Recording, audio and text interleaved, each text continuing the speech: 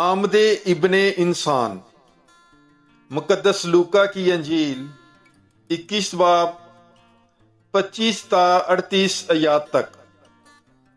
اور سورج اور چاند اور ستاروں میں نشان ظاہر ہوں گے، اور زمین پر قوموں کو اذیت پہنچے گی، کیونکہ وہ سمندر اور اس کی لہروں کے شور سے گھبرا جائیں گے، اور ڈر کے مارے اور اس انتظار میں کہ زمین پر کیا واقع ہوگا، آدمیوں کی جان میں جان نہ رہے گی، اس لیے کہ آسمان کی قوتیں ہلائی جائیں گی۔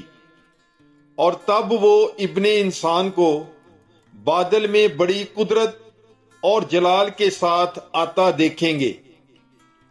اور جب یہ باتیں ہونے لگیں تو نظر اٹھا کر سر بلند کرو، اس لیے کہ تمہاری مخلصی قریب ہے۔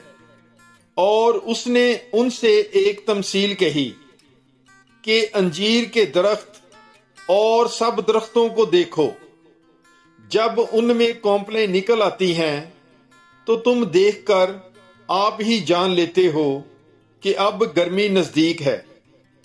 اسی طرح تم بھی جب یہ ہوتے دیکھو تو جان لو کہ خدا کی بادشاہی نزدیک ہے۔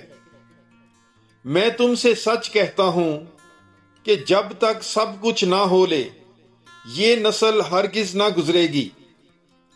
آسمان اور زمین ٹل جائیں گے، مگر میری باتیں کبھی نہ ٹلیں گی۔ پس اپنے آپ کو سنبھالو، ایسا نہ ہو کہ تمہارے دل عیاشی اور نشہ بازی اور اس زندگی کے فکروں سے سست ہوں، اور وہ دن تم پر پھندے کی طرح ناگہاں آ پڑے، کیونکہ وہ روئے زمین کے تمام باشندوں پر آ پڑے گا۔ اس واسطے جاگتے رہو اور ہر وقت دعا کرتے رہو، تاکہ تم ان سب چیزوں سے جو ہونے والی ہیں بچ جانے کے اور ابن انسان کے سامنے کھڑے ہونے کے لائق ٹھہرو۔ اور وہ دن کو ہیکل میں تعلیم دیتا اور رات کو باہر جا کر اس پہاڑ پر رہا کرتا تھا جو زیتون کا کہلاتا ہے، اور صبح سویرے سب لوگ اس کی باتیں سننے کے لیے ہیکل میں اس کے پاس آیا کرتے تھے۔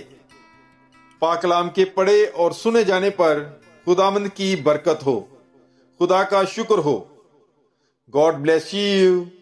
Bible is life.